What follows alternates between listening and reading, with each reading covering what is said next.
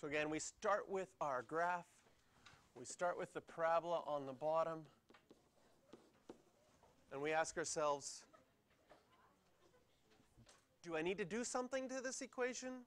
Or can I graph it right away? Do I know its vertex? Yeah, what is the vertex? -2, 0. Does it open up or down?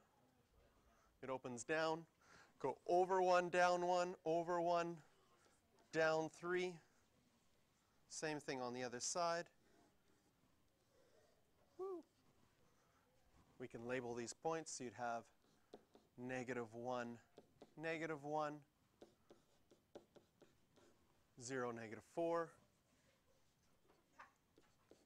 -4, -4, -3, -1. So there's a bunch of points labeled on a parabola. So when we go to graph our reciprocal,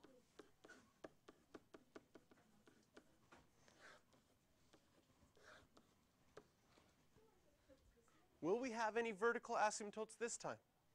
Yes, where? -2 is a non-permissible value. So x equals -2 because x can equal -2. X equals -2 is our equation of our vertical asymptote. And like before, we still have our horizontal asymptote at y equals 0.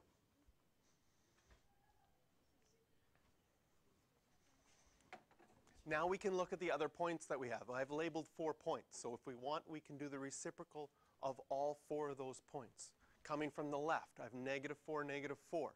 Where's that going to be? -4, 1 over -4. And I have -3, -1. Can you see that that point's not going to change?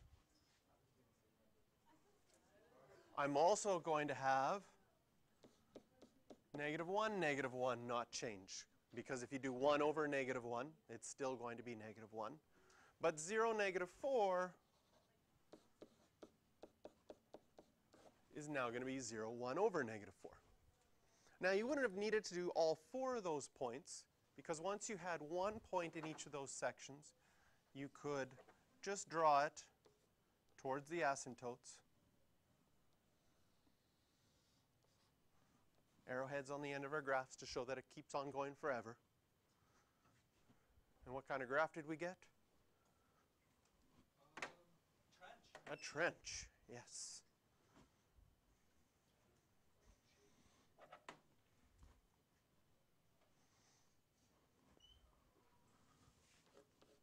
So last question had 11b. This one is very similar to 11a.